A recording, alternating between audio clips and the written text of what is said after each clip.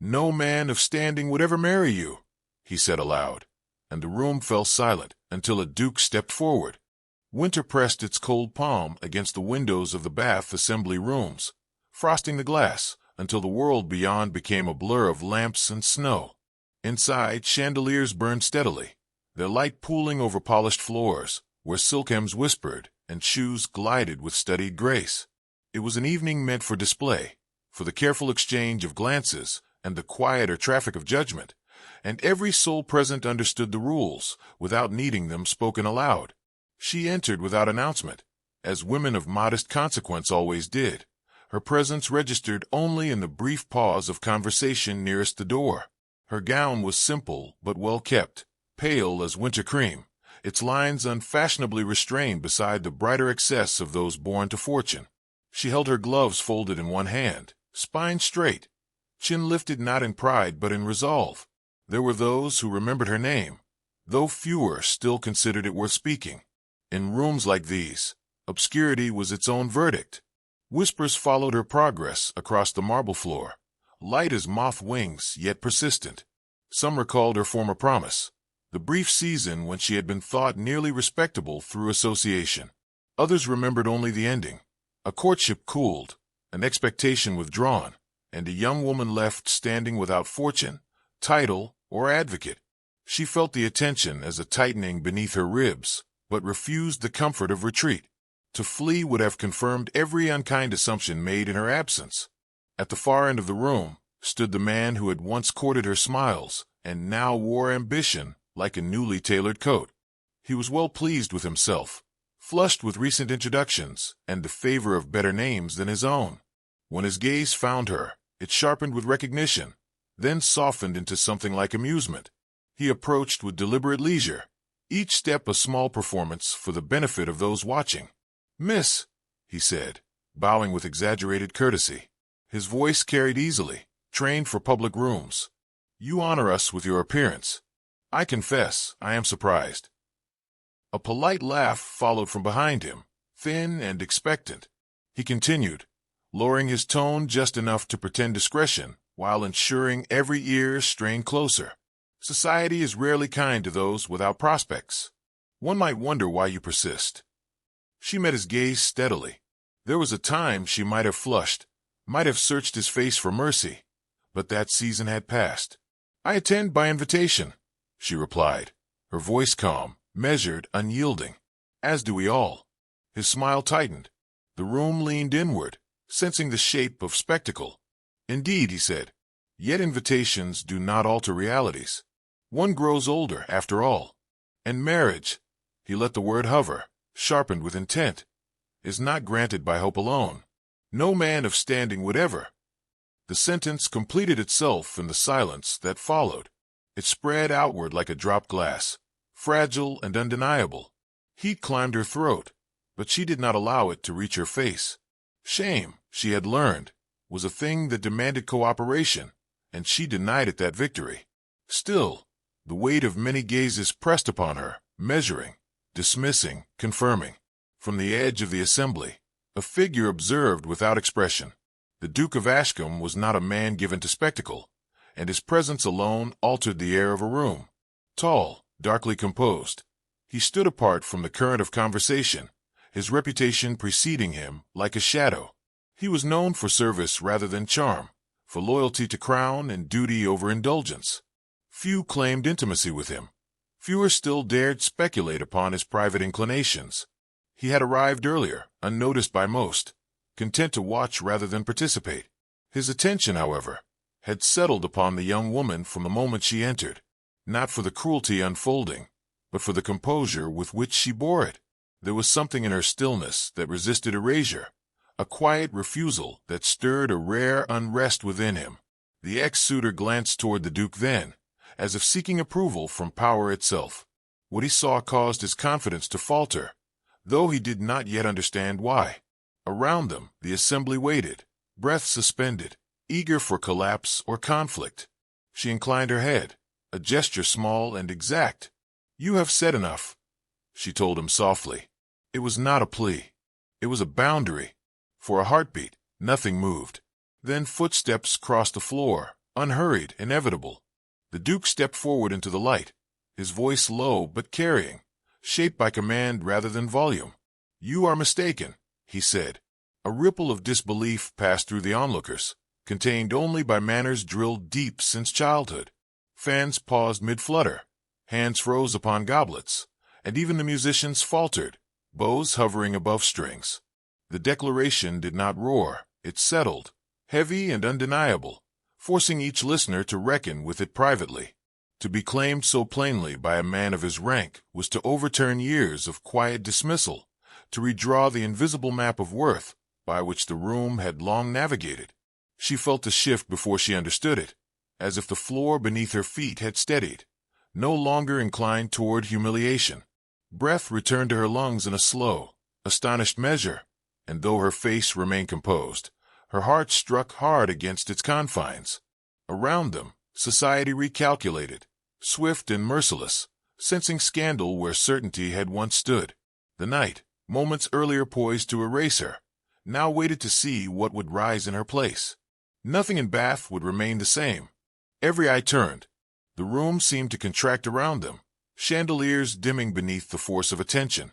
The Duke looked not at the man who had spoken, but at the woman he now stood beside, his gaze steady, anchoring. "She is my wife," he declared, and in that instant the night rearranged itself, leaving nothing untouched. The announcement did not invite applause, it invited calculation. Conversation resumed in cautious fragments, smiles fixed too carefully to be sincere. The ex-suitor retreated with a stiff bow, his ambitions suddenly threadbare, while invitations were remembered, alliances reconsidered, and reputations quietly rearranged. She stood where she was, acutely aware of the Duke's nearness, of the warmth his presence lent the chilled air, and of the curious mercy in not being required to explain herself. He offered his arm without ceremony. The gesture was not possessive but protective, a simple bridge across the widening gulf of attention. She accepted, surprised by the steadiness of her own hand, and together they moved through the room as if following a path laid long before that night. Eyes followed them, measuring the distance between rumor and truth. Outside, the wind worried the eaves, and snow sifted down with indifferent patience. They did not linger. The Duke guided her toward a smaller antechamber lit by a single fire, its glow turning the walls to amber and shadow. When the door closed, the sounds of the assembly softened to a distant tide. He released her arm and waited, allowing the silence to gather without pressing it into confession. She drew a careful breath, the scent of smoke and beeswax settling her thoughts. "I did not ask you to speak," she said at last, not in reproach, but in wonder. "You owed me nothing." "I owed myself the truth," he replied. His voice, unguarded here, carried a fatigue she had not heard before. "And I owed you safety." The word struck gently, like a bell heard across water. Safety had been a rare currency in her life, promised often, delivered seldom. She turned toward the fire, palms warming, and remembered the letter he had sent months earlier, written in a hand precise and spare. An offer made without flourish, proposing a union quiet enough to shelter them both. She had agreed with clear eyes, knowing the risks, trusting the character beneath the title. "We agreed to discretion," she said. "Tonight has undone that." "Discretion failed you," he answered. "I would not." There it was, the fulcrum upon which the evening tipped. She searched his face for regret, and found only resolve. In its stead rose a different fear, thinner but sharper. "They will ask questions," she said. "They will doubt." "They always do," he said, almost gently. "Let them." He reached into his coat and drew forth a small case, worn smooth at the edges. From it he took a ring, modest in design, the stone unremarkable, its value residing in workmanship rather than display. "You wore it once," he said. "I thought it wise to return it to you." Her fingers closed around the band, memory warming the metal. She had removed it to spare comment, to preserve the very secrecy that had nearly undone her. "I kept your letter," she confessed. "Every word." A faint smile touched his mouth, brief and private. "Then you know my mind." Voices murmured beyond the door, names spoken with heightened interest. The fire popped, sending a spark upward. She slipped the ring onto her finger, feeling the circle settle with unexpected certainty. The act was small, but it steadied her more than any speech. "If this is to be public," she said, "then it must be honest." "It will be," he said, "at cost." She met his gaze, seeing there the man behind the Duke, measured and exacting, choosing consequence over convenience. The night had stripped away the last pretense of distance between them. What remained was choice, renewed in the open. He opened the door then, not to retreat, but to return. The corridor brightened with expectation, and the sound of the assembly surged to meet them. As they stepped forward together, she understood that protection had become partnership, and secrecy had given way to a vow the world would test before morning. Snow tapped the panes as if to remind them of the cold waiting outside, of the road that would follow. She straightened her shoulders, aware that courage was not a single act, but a succession of choices, each demanding renewal. He offered a glance, not command but question, and she answered it with a nod that surprised her with its calm. Together they re-entered the light, where judgment waited with polished smiles and sharpened memory. Somewhere behind them, the past loosened its grip, not released, but challenged, and that was enough for one night. The Duke paused at the threshold, the room's hush bending toward him, and for a fleeting instant she sensed the weight he carried, the consequences aligning like stars no one else could see.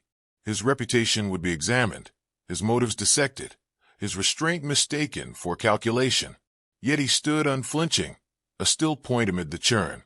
She felt something shift within her then, a tenderness born not of rescue but of recognition. He had chosen to be seen with her, fully, and in doing so had risked more than comfort. The music resumed, tentative, finding its tempo again, and conversation followed, cautious yet compelled. She breathed once, twice, and found herself equal to the gaze that met her. Whatever trials dawn would bring, this night had altered the balance. She was no longer merely endured. She was acknowledged, and in that acknowledgment lay a promise neither of them spoke, but both intended to keep. It was not love proclaimed, nor victory secured, but a beginning sharpened by risk, and as the chandelier steadied and the crowd leaned closer, she understood that the question of belonging had been answered aloud, while the meaning of marriage, newly exposed, waited to be defined together. Her pulse slowed, yet anticipation gathered, for declarations invite response, and society would not rest until proof was rendered permanent, demanding from them a courage equal to the promise already made. Morning would decide what night had dared, and neither could retreat without surrendering themselves to the judgment awaiting them. Morning arrived with a pale insistence, pressing light through frost-laced curtains and into rooms where little sleep had settled. Bath awakened slowly, chimneys exhaling smoke, hooves striking stone with measured rhythm, the city rehearsing its composure for the day ahead. Within the Duke's temporary residence, she stood by the window, gloved hands folded, watching breath rise and vanish in the cold air. Night had changed her circumstances. Dawn would test their endurance. He joined her without announcement, presence felt before seen. The house bore the quiet order of a man accustomed to discipline, every object placed with intention. "They will come," he said, not looking at her, voice steady as the ticking clock. "Friends, critics, and those who call themselves both." She nodded. "Let them," she replied, surprising herself again with the calm she had borrowed from him and made her own. They received callers in the front salon, where winter light struck gilt frames and polished wood.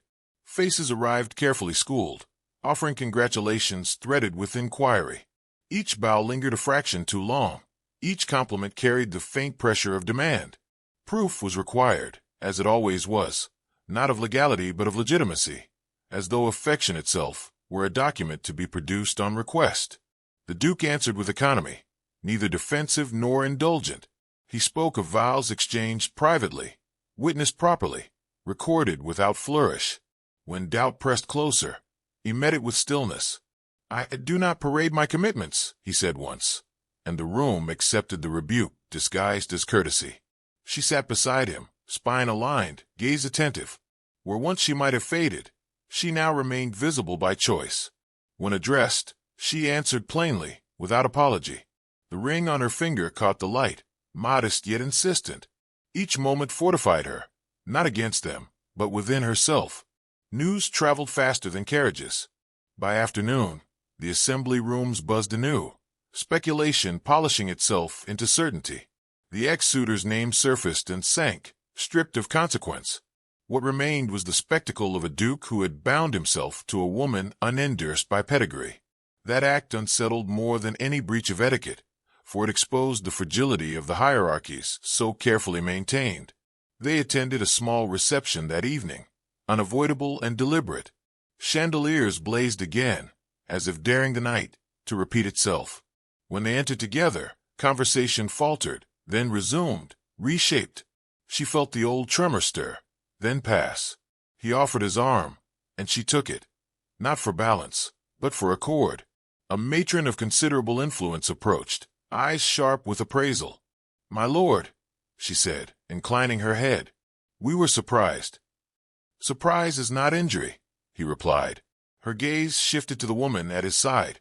"Happiness," she said slowly, "is an ambitious undertaking."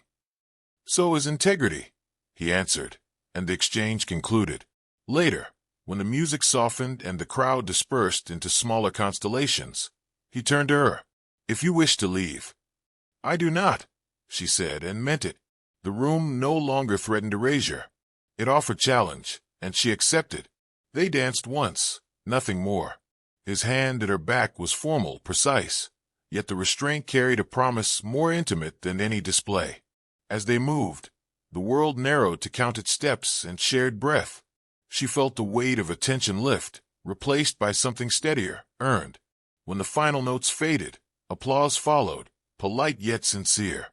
It marked not approval, but acknowledgement. Enough for now. Outside, night gathered again, quieter this time. The carriage ride back was wordless, not from distance, but from fullness. At the door he paused. "What we have begun," he said, "will not grow easier." "No," she agreed, "but it will grow truer." He inclined his head, respect deepening into something warmer. "That is all I can offer." "It is enough," she said, and discovered that it was. He watched as she ascended the stairs, then turned away, duty reclaiming him. Yet something followed him into the dark, light as breath, resolute as vow. From her chamber window, she looked out once more at the sleeping city. Somewhere below, society recalibrated, preparing new tests. She felt their approach like distant thunder, not feared, merely acknowledged. The marriage, once a shelter, had become a declaration, and declarations invite response. She touched the ring, not for reassurance, but remembrance. Night had humiliated her, morning had armed her, evening had confirmed her place. Tomorrow would ask more. As she extinguished the lamp, resolve settled where doubt had lived. Whatever judgment came, it would find her no longer alone, and no longer willing to vanish. The world had spoken, she had answered, and the echo, still unfolding, promised a reckoning yet to come.